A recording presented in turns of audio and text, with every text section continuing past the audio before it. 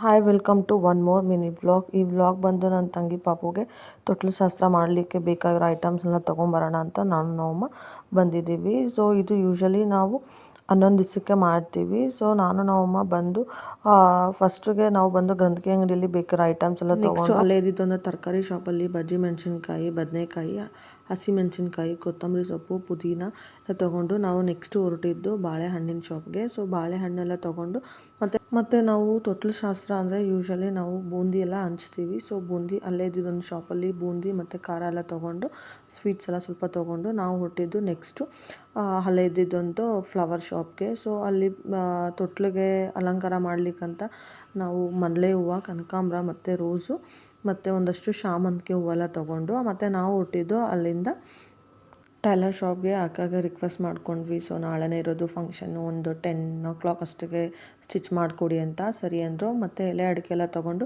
ಅಲ್ಲೇ ಇದ್ದಿದ್ದೊಂದು ಗೋಬಿ ಸೆಂಟ್ರಲ್ಲಿ ಗೋಬಿನೂ ಪಾರ್ಸಲ್ ಮಾಡಿಕೊಂಡು ನಾವು ಮನೆಗೆ ಬಂದ್ವಿ. ಇದಾಗಿತ್ತು